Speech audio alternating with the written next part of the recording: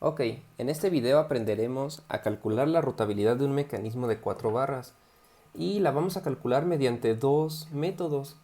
El primero es el criterio de Grashov, que es el que es más conocido. Es el más sencillo de aplicar, pero es el que menos información me da. Y el segundo son las condiciones de rotabilidad, en el cual consiste evaluar una serie de condiciones y calcular, si es que hay algo que calcular, el rango de oscilación de mis eslabones. ¿Qué es calcular la rotabilidad? Es enfocarse en los eslabones de entrada y de salida de mi mecanismo 4 barras. ¿Cuáles son esos? El de entrada siempre va a ser A2 y el de salida siempre va a ser A4. Entonces, esos eslabones me va a interesar a mí saber si pueden rotar los 360 grados, es decir, es obvio que no puedo elegir estas magnitudes de A1, A2, A3, A4 al azar. Hay que elegirlas de acuerdo a un diseño óptimo o un buen diseño, por así decirlo. Entonces, va a haber algunas aplicaciones en donde nosotros elijamos esas longitudes y los eslabones no van a poder rotar los 360 grados, sino que van a estar oscilando en un solo rango de grados. Y si es que oscilan, hay que calcular en qué rango están oscilando. Entonces, tenemos tres opciones. Doble rotatorio significa que tanto el eslabón de entrada como el de salida pueden girar los 360 grados. Rotatorio oscilatorio, que al menos que uno de los dos puede girar los 360 grados, pero el otro eslabón solamente oscila en un rango de grados. Y doble oscilatorio significa que ninguno de los dos puede rotar 360 grados, sin embargo oscilan en un rango de ciertos grados. Y entonces vamos a comenzar con el criterio de Grashov.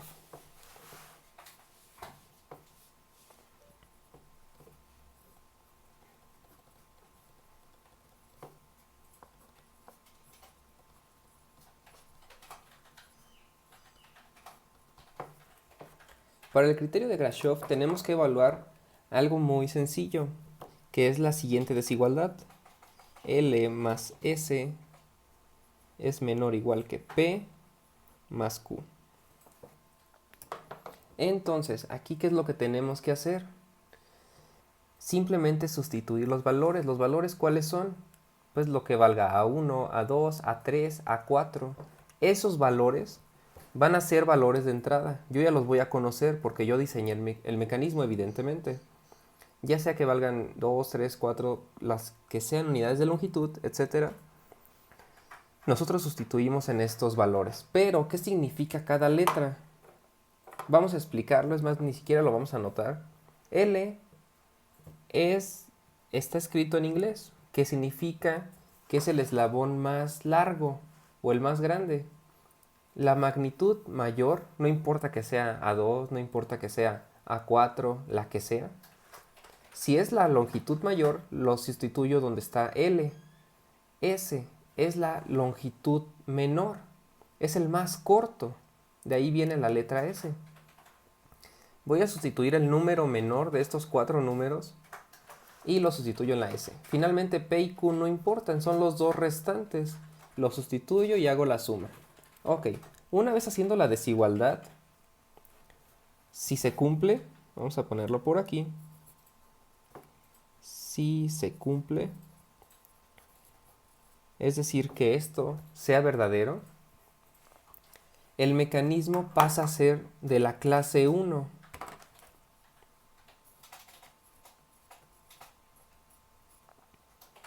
Y además hay que evaluar otra característica muy importante.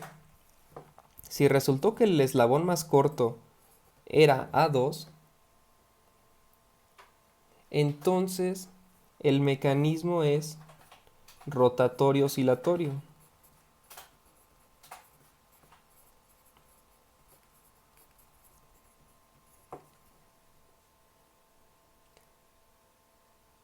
Donde el que es rotatorio va a ser A2. Y el que va a oscilar evidentemente es el otro eslabón, el de salida, A4. Ese es un caso. El otro caso es que Si el eslabón más corto resulta ser el eslabón fijo, es decir, A1, el mecanismo va a ser doble rotatorio.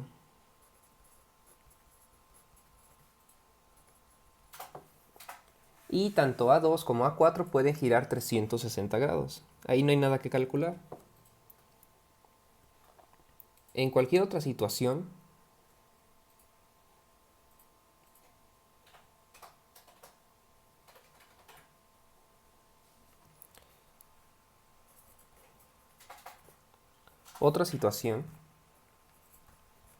vamos a tener el caso de doble oscilatorio.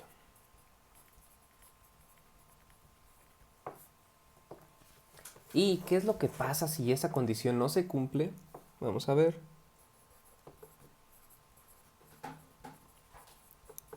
Si no se cumple, el mecanismo es de la clase 2. Y automáticamente pasa a ser doble oscilatorio. Ya no hay que fijarnos en nada, sino simplemente si es de la clase 2 solamente hay un caso, doble oscilatorio. Ok, eso sería el criterio de Grashof. Para el siguiente método es aplicar las condiciones de rotabilidad.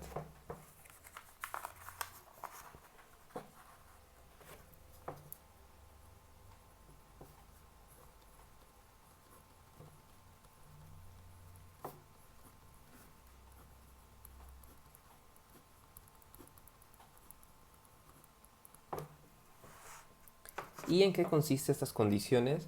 Son 4 condiciones. Vamos a aplicar 2 condiciones para cada eslabón, es decir, 2 condiciones para el eslabón de entrada. Vamos a iniciar con eso, que va a ser A2 siempre en mi mecanismo de 4 barras.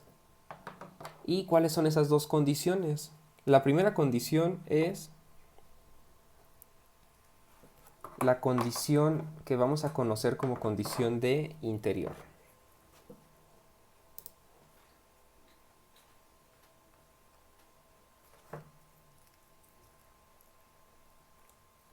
No, perdón, sería la condición de exterior.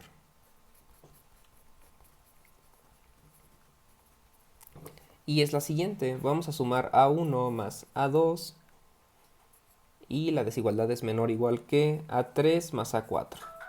Si resulta que esto sí cumple, esta condición que acabamos de escribir, entonces no tiene restricción al exterior, el eslabón A2, y ahorita lo dibujamos. Pero en caso de que no cumpla,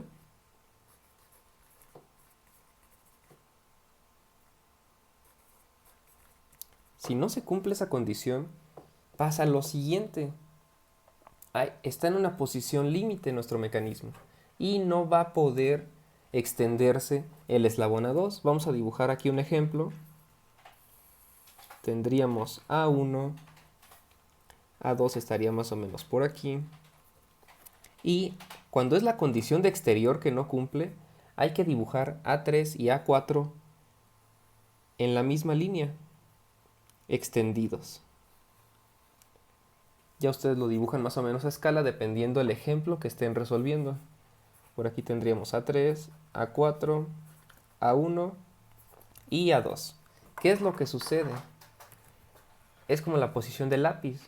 Significa que A2 estaba en 0 grados, trató de extenderse, pero se traba en un punto.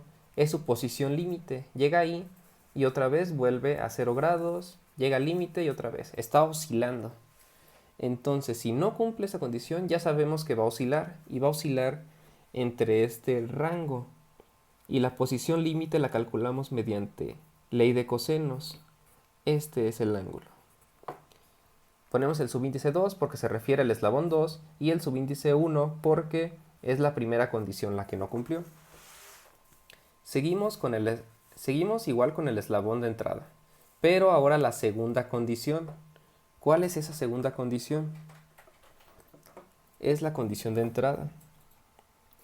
De interior, perdón. Y tenemos que evaluar lo siguiente. el valor absoluto de A2 menos A1 es mayor o igual que A4 menos A3. Evaluamos eso, y si cumple, significa que no hay restricción al interior. Es decir, este eslabón A2 va a poder pasar 0 grados y va a poder estar sobre el interior. Pero si no se cumple,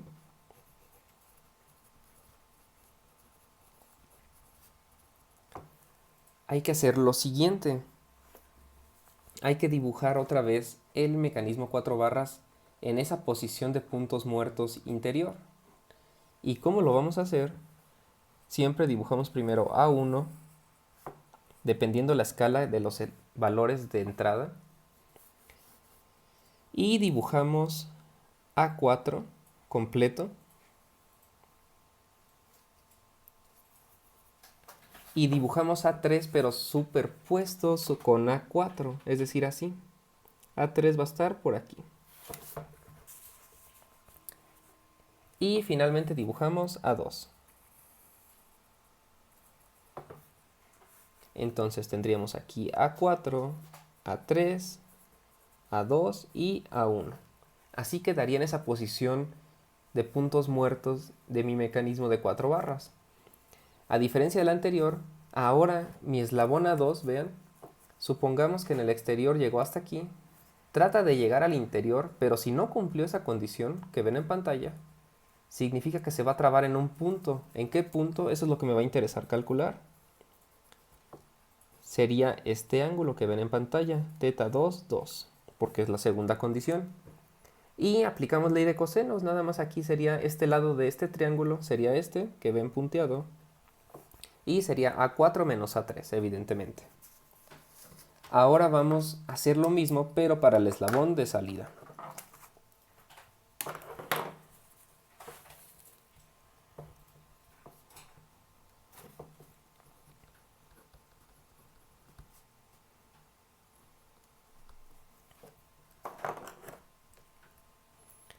Y vamos a tener la condición de exterior, que es la misma condición de exterior de A2, solamente donde esté A2 sustituyo A4. Así de simple se la pueden aprender.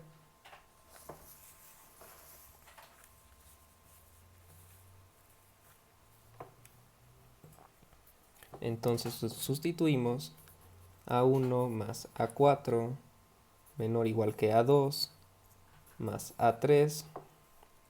Y si se cumple, bueno, ya no hay restricción en el exterior para A4. Pero si no se cumple,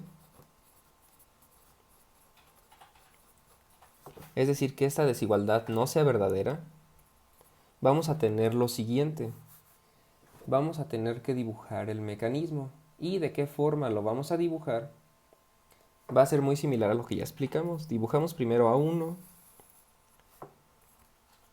Después vamos a dibujar alineados A2 con A3.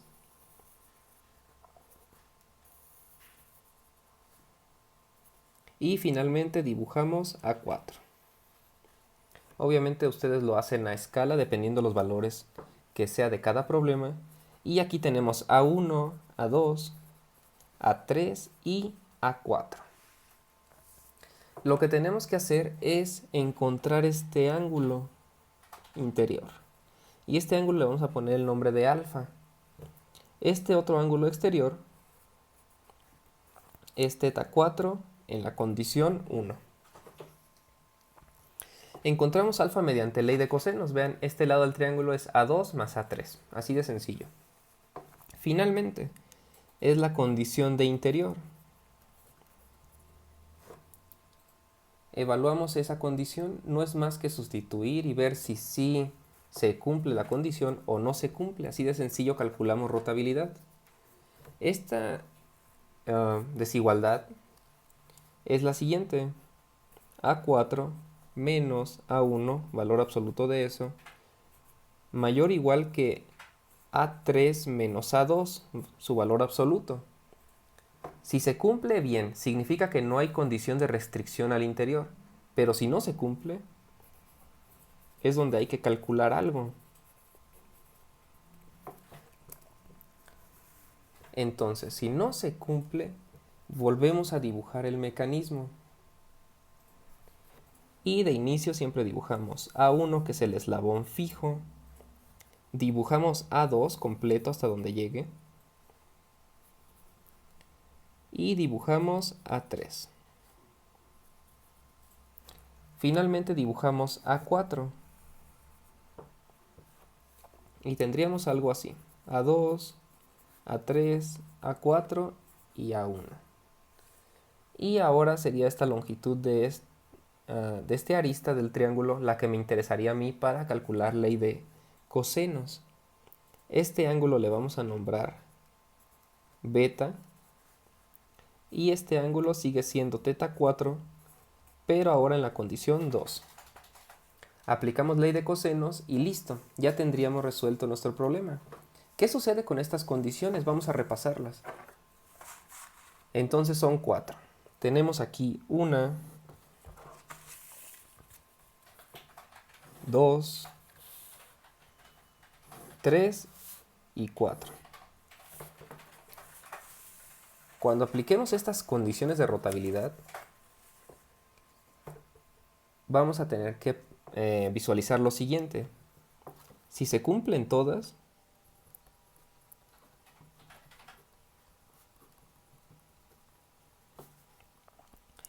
el mecanismo es doble rotatorio.